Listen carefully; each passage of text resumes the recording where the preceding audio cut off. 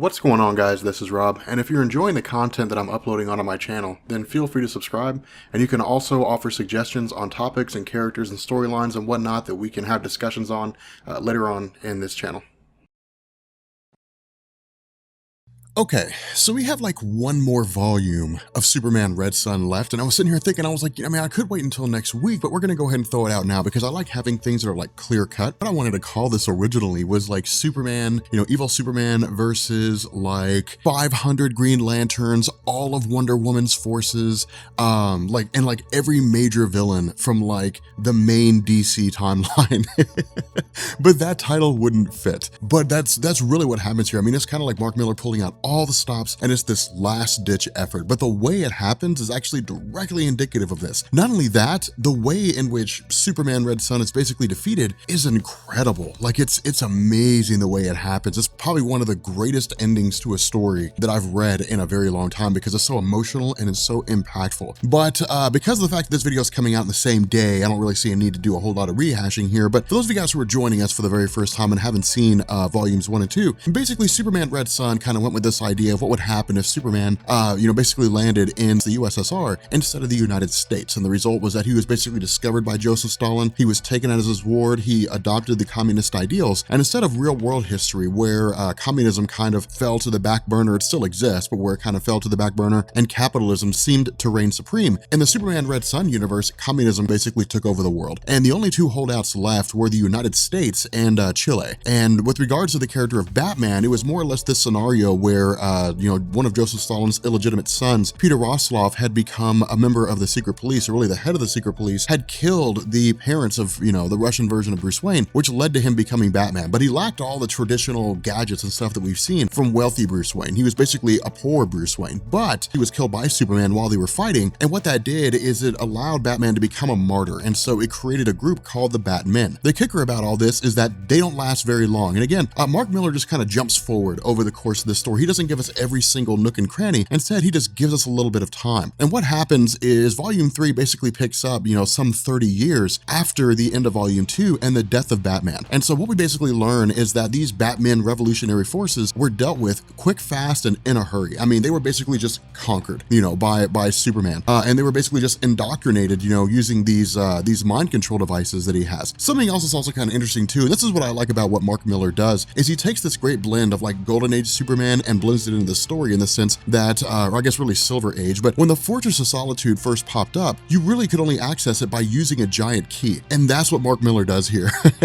Superman has his Fortress of Solitude. It's really not in the Antarctic so much as it looks like it's in, on the border of Russia and Siberia, but you can only access it using a giant key. Another aspect here was that Brainiac had at some point or another arrived on Earth and was, really allied himself or seemed to ally himself with Superman in the sense that when Brainiac first arrived, it seemed like he was working with Lex Luthor. He'd shrunk down the city of Stalingrad, and then Superman basically defeated Brainiac and reprogrammed him. And so the result is that Brainiac seems, as much of a assistant, so much as a guy who offers advice for Superman. Now, the cool thing about this is that, Mark Miller gives us this kind of rundown in terms of what's been happening in the time between Batman's defeat and the current moment. And what we learn is that the United States has devolved into a state of absolute disarray. Now, the cool thing about this drawing here, something I hope you notice, is there's 3 people who are currently lifting a car. This is a homage to Action Comics #1, where it's Golden Age Superman who lifts a car. And so again, this is Mark Miller basically telling us this is a point when Superman was supposed to be the Superman that we know, but this is the Russian Superman. He's basically evil right now. The cool thing about this, though, is that Superman doesn't believe he's a bad guy. He thinks he's a good guy. Now, what we also have here is Brainiac continuing to kind of poke and prod and basically say, hey, look,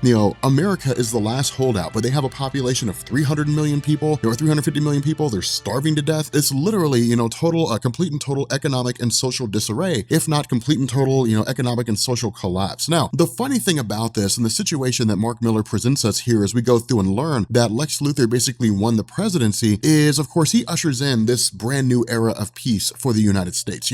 Employment rates begin to increase. The value of the dollar begins to increase. Homelessness is virtually wiped away. Disease, those things all begin to vanish. And what he's doing is similar to what it is that Superman did, but Superman took a far more, dictatorial approach in doing it. And that's why this story works works so well because, if I wanted to take over the world, my question to you guys, and I'm curious, post a comment down below and let me know what you think, but my question to you is there a difference between me taking over the world at the end of a gun? Let's say I were to threaten to blow up nukes, set nukes off or something like that, or if I were to convince you to let me take over the world. To make it a little more down to earth, make it a little more personal, if I saw you and I wanted to take your wallet, is there a difference between putting a gun to your head and telling you to give me your wallet or convincing you to give it to me? At the end of the day, I'm still taking something that doesn't belong to me. And if I convince you, I more or less duped you to do it. And so it creates this really, really cool dichotomy in terms of what side you ally yourself with, what side you believe in. But with Lex Luthor continuing, being president of the United States, basically restoring the United States to this level of greatness. And what we also learn is that he's basically accessed the Phantom Zone, because again, Superman doesn't know about this aspect of his history. He doesn't know about, Krypton. He doesn't know about that whole era of his Kryptonian life because he never had a reason to look into it. Not only that, keep in mind, in the last volume, we had talked about how Lex Luthor had basically stumbled upon the fact that a Green Lantern, presumably Abin Sur, had landed on Earth at some point in time, but had basically died. And so while no one really seemed to know how to use this Green Lantern ring, over the course of however many years, the last 20, 30 years or so, Lex Luthor had been systematically going through and trying to figure out a way to crack the use of the Lantern ring. Now, we as the reader know that a Green Lantern can only wield a ring if they have extreme willpower. And that's what Lex Luthor realized. Lex Luthor realized that, it's one thing to be able to understand how the ring works. It's another to be able to actually use it. And when he says it had to be used, only a person with extreme willpower can use it, he basically gives us the story of Hal Jordan. Now, this is markedly different from the Hal Jordan that we're used to, and it just shows us how dark things have become. What we're basically told is that in the South Pacific during the Cold War, the actual skirmishes between, the communist USSR under Superman and the capitalist United States at the time under John F. Kennedy, that there were a multitude of battles that had taken place. But during one of these conflicts, Hal Jordan had basically been captured in Malaysia and held by his communist prisoners. But as he was essentially going insane, what he began to do was basically build his willpower, focus on his willpower by quite literally just constructing a prison inside his own mind. Now, what Lex Luthor says is that he did this with the utmost tenacity and with the utmost attention to detail, in the sense that if it took so many days to build a wall, in his mind, he would spend that many days building that wall. And it was really just kind of an escape, but it allowed him to envision a scenario in his head when he could basically kill all of his captors. And so because his willpower was so intense, because his willpower was so strong, he was really the only person capable of wielding a Green Lantern ring. But keep in mind, this is not the honorable, this is not the strong, the courageous Hal Jordan that we know. This is the Hal Jordan that's basically insane. He's pretty much lost his mind. And so because of that, we basically transition over to Wonder Woman, again, with Lex Luthor's wife, Lois Lane, going to visit Wonder Woman. Now keep in mind, because of the fact that she had broken her lasso of truth in the last volume at the request of Superman, the gods had taken a majority of their gifts away from her. So she doesn't have super strength anymore. She doesn't have, invulnerability anymore. She can still fly. She still has,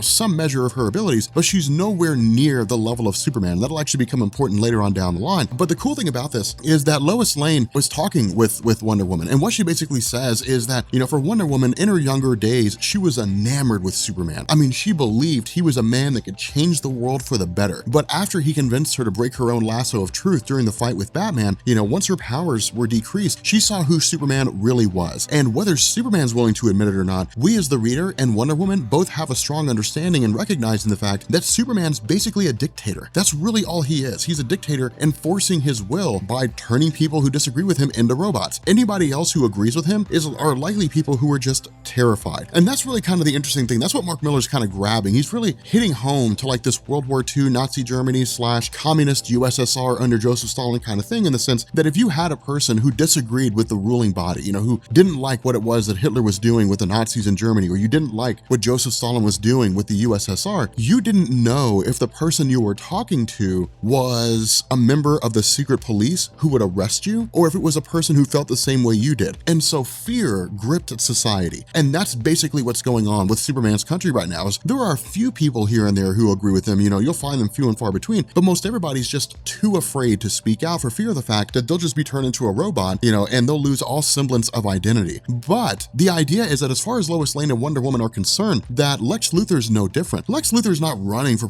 he didn't run for president of the United States. He didn't make America better for the simple fact that he wanted to make it better. He made making America a better place because he wanted to prove that he could do so without being like Superman, to basically defeat Superman, even if only in a moral sense. Not only that, it bolsters the military and the might of the United States in a lot of ways. They can grab whatever allies happen to be left, even though there really aren't any, and it would basically allow him to actually organize, a front against Superman. Now, from here, we basically pick up with Superman and Brainiac continuing their discussions. And what Brainiac says is that right now is the time to basically attack the United States. They're the last one left. They're the last bastion of, any group that opposes the rule of Superman. Now, Brainiac, the interesting thing about here is that Mark Miller kind of starts toying us a little bit, saying maybe Brainiac is not reprogrammed by Superman. Maybe this is the traditional Brainiac. Now, again, the way this is done is kind of wishy-washy in the sense that Miller doesn't really give us an answer right here. He does, but he kind of doesn't, in the sense that Brainiac's saying things like, right now's the time to strike, you have to wipe them out, you have to eliminate, Lex Luthor as president of the United States, and you have to basically bring the US into the fold as part of this utopian society that you've created. Now, Superman initially turns this down and says, no. Since the time that I've taken over, and since the time that I've basically been running the show, up until the time that, up until this moment right now, there hasn't been any bloodshed when I've been conquering people. The only exception to that, of course, that we know of is Batman. There have, of course, been a few skirmishes here and there, but in terms of him taking over other countries, most people have just willingly joined Superman's regime only to find out they didn't want to, but now they can't leave. But in the midst of all this, Lex Luthor actually shows up. Now, the funny thing about this is that Mark Miller doesn't really give us an answer as to, in terms of how Lex Luthor got through Superman's defenses, and in truth, he doesn't really have to. I mean, Lex Luthor is super smart, and so we as the reader are just kind of left to our own devices to come to the realization that Lex Luthor somehow, manipulated the defenses of Superman. He was able to outthink what Superman likely would have had going on and was able to get his way in there and basically take things over, or at least, show up to Superman. The funny thing about this is that, as the two of them are starting to have a conversation, Brainiac immediately seizes Lex Luthor and just drags him into his own machinery for the purpose of turning Lex Luthor into a robot. Because, Brainiac basically says, hey, look, this needed to happen. This was inevitable. This was our best opportunity of basically conquering the United States without open revolution. Because if we just invaded the US and we killed Lex Luthor, the American people would have risen up against us. But if we basically kill him in secret, we turn him into a robot, we make him our puppet, and then he just issues whatever orders we want him to issue, well, then now the US is under our control. It may not be fully under our control in the sense that there'll be a few holdouts with regards to the people that reside there, but in the end, we can basically bring them into our way of thinking, and it might take 5 years, 10 years, 20 years, but eventually Superman will have the utopia that he's looking for. Now, of course, the funny thing about this is that Superman is like,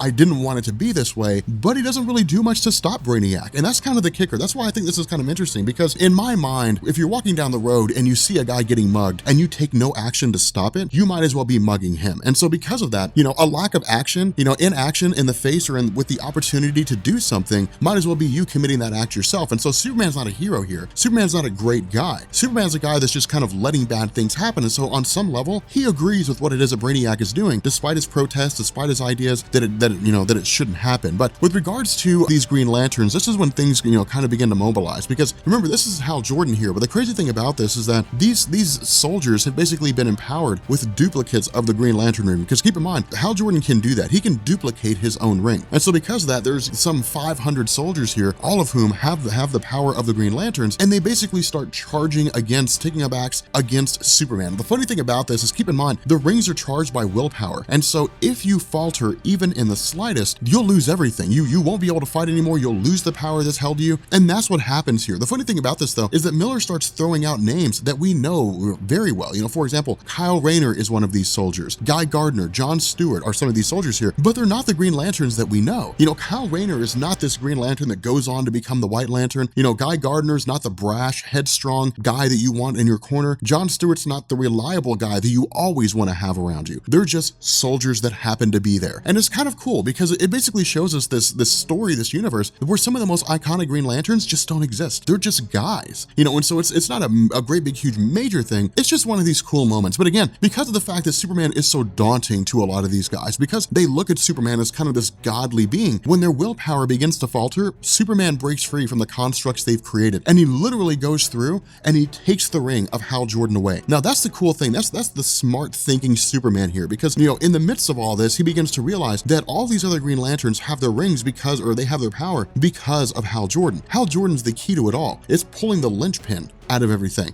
All you have to do is push out the wrong piece of the Jenga set and the whole thing comes crashing down. And so he grabs the ring of Hal Jordan and he's like, I'll be back. I'll be back in an hour. I'm going to turn all of you into robots. You're all going to be reprogrammed. And that's it. From there, the government basically implements Wonder Woman, because again, the whole idea of Lois Lane going there as an emissary was to basically rally them to her cause, to basically say, hey, look, we have an opportunity to take down Superman, and we're implementing this in 3 stages. The first is the Green Lantern Marine Corps, followed by your forces, as well as a third force that we have. And if all else fails, then we have this kind of doomsday device that we can use. And so because of this, Superman plows right through the forces of Wonder Woman in no uncertain terms. I mean, there's no fight to be had here. It's just them being obliterated, almost instantaneously. Now, the reason Mark Miller is giving us this fight this fast is for 2 purposes. The first is because he only has so much time to write this story, but the second is to really just hit it home how strong Superman is and how much everybody pales in comparison to him. This is kind of one of these interesting cultural things, because we think of Superman, and yes, there are people as strong as him. There are people that are just as capable as he is. But in terms of Superman as a well-rounded, all-encompassing character, no one rivals him. I mean, Superman represents American ideals. He represents the American way. He represents, the greatness of what humanity can become. In this story, while he's not necessarily an American, while he doesn't imbue the greatness of America, the moral compass that concept does represent is kind of reflected in his strength, in the sense that no one can face off against him. Now, at this point, keep in mind, Jimmy Olsen is running the CIA at this point, and he's basically like,